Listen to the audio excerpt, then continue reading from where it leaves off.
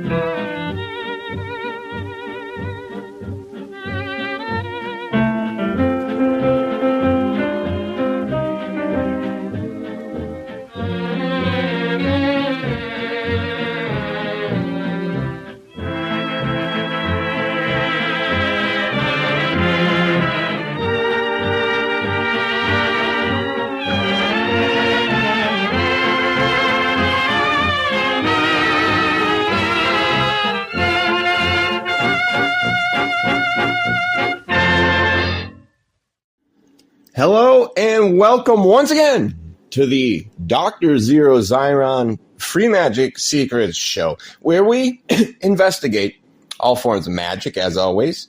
And this is also your headquarters for vile villainy of the super variety. So these super villain monologues have been so popular out there that Doc here has been getting mail from all over the world. Now, formerly, Doc was once a dude with his own newspaper column once a time, not as Dr. Zeero as some other guy. And this was in one small corner of the USA somewhere once upon a time. So, you know, Doc here is used to these challenges, right? Having a little column of sorts. And kicking back to that long dead era, let's just get back in the habit here. So consider this like Zero's new column, albeit digital. We got lots of questions this week, and it seems everyone out there wants to be a supervillain. So rightfully so, you know. You can kill it as a baller, or you can run riot as a supervillain kingpin. So what's it going to be? Anyway, I think we all know the answer here. So let's just rub the lamp here and see what Jin Zero has to say. So the first letter, sent by Billy McBurtlebattle from Aberdeen, Washington. Billy writes, "Dear Dr. Zeero, how do you stay 2 steps ahead of the law?" Oof, fantastic question, Billy. First, don't fall for any of those invisibility spells in the Black Pullet, right? That shit's worthless. It's not going to do anything. The Black Pullet's a big waste of time. Also, you know, it seems like it'd be a surefire bet, but let me tell you, the astrological magic of the Picatrix won't do shit either, okay? Planetary magic is pretty useless against FBI tracking techniques and court-authorized warrants and such. So the thing is, magic is a tough avenue to combat legal problems, although, you know, it can be done. So the larger answer is most glaring. Like, first, as a supervillain, always wear a mask. Always wear a costume. It will throw off all those pesky face recognition camera software, right? And you need an outfit that can easily be removed and, like, thrown in a dumpster. And then you can blend in the crowd really fast, okay? So that's one thing of getting away. All right, after you've accomplished your dastardly supervillain mission.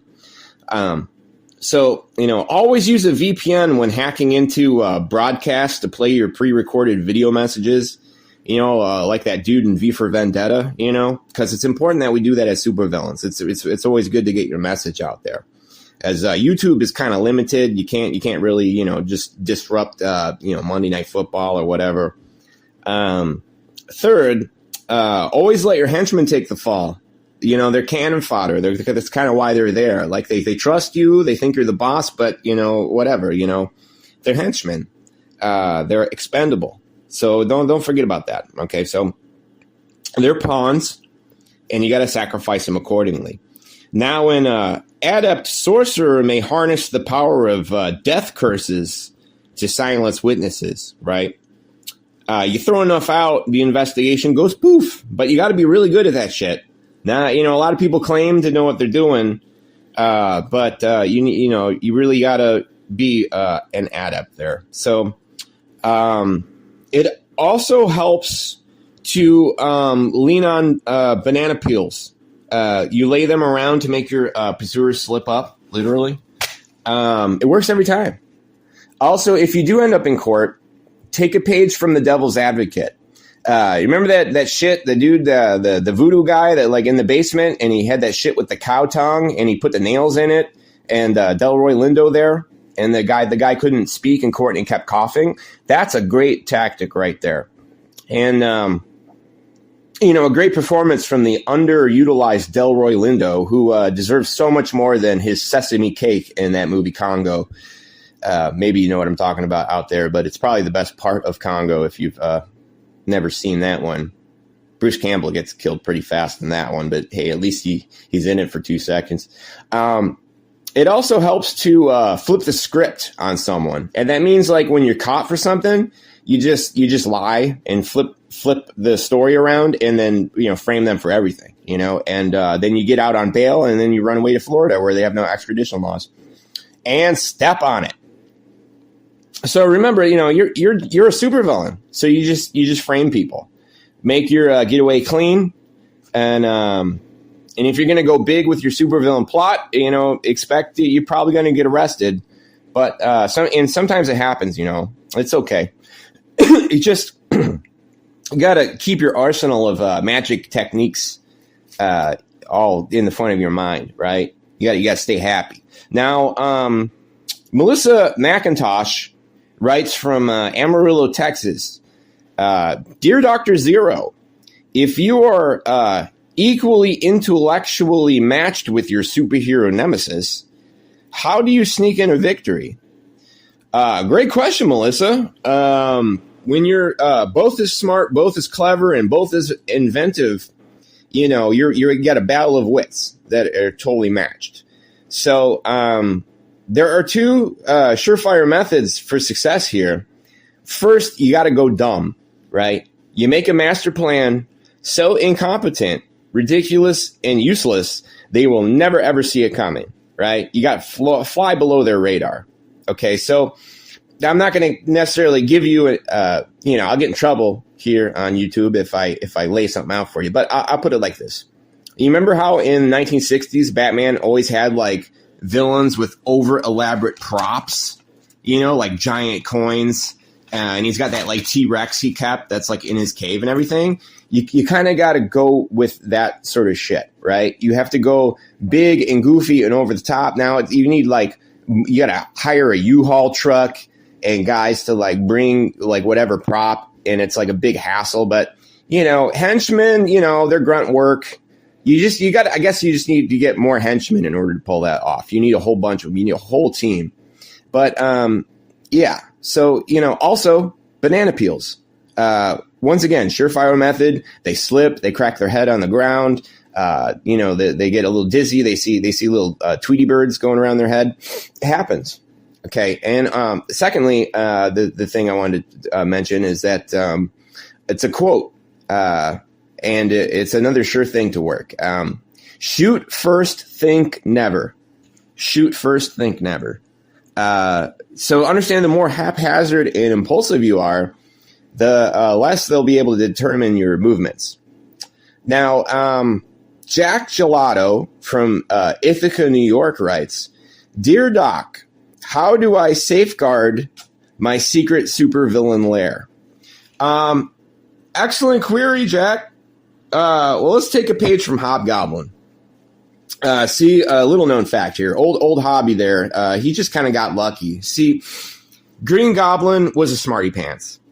And he knew that central headquarters was, it'd be discovered really easily with a SWAT raid, right? So he had the foresight to create multiple secret supervillain lairs all over New York City, right?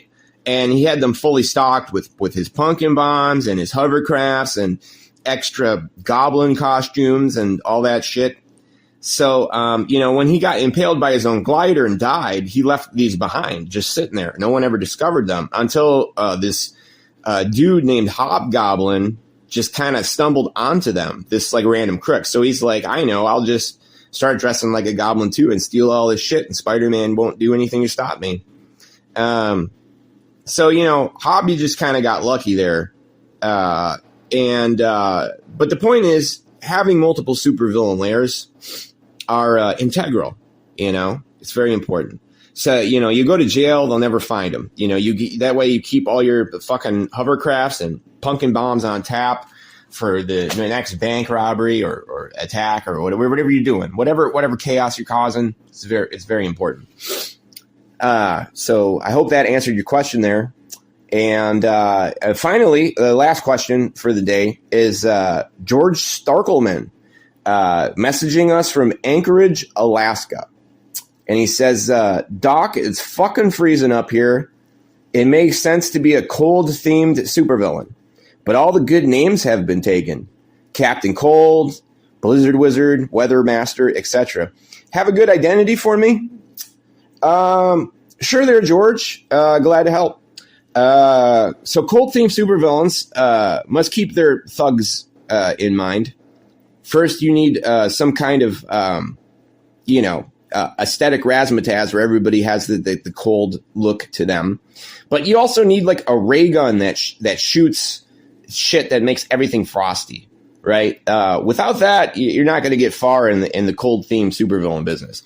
So it's also helpful to have a litany of terrible puns, saying shit like, what's the matter? Are you frozen in your tracks? Or, do you feel that chill pop up your spine? Now, Mr. Freeze is the king of this gibberish, right? But you got to try to outdo him. It's a tough racket, though. Also be mindful that working as a cold-themed supervillain in summer is the pits. You got that heavy coat. You're sweating like a pig. It's just no good. And you got those pit stains running down your costume. Whether you wear spandex or not, it's going to be pretty brutal. So maybe you should go like Jekyll and Hyde with a supervillain persona for warm and cold seasons, and then you can just go on vacation during spring and fall. You just the middle of the summer, middle of the winter. You could say call yourself like the Human Inferno in the summer, right? And you got a heat gun. You don't want a flamethrower. That's just fighting dirty. That's no good. You need a heat gun that makes people a high level of discomfort, and then when they have a high level of discomfort, they get too hot. They also usually have to drop a deuce in the toilet. That takes their time. That's a way to stall superheroes. Just, you got to somehow trick their intestines into being, it feels funny down there. I got to relieve this. It's very important that dump truck gets rid of the garbage, landfill, all that shit, flush, straight out to the sea. So anyway, so maybe you could call yourself like the Glacier in winter or something like that. Something like that. It's got to be cold themed.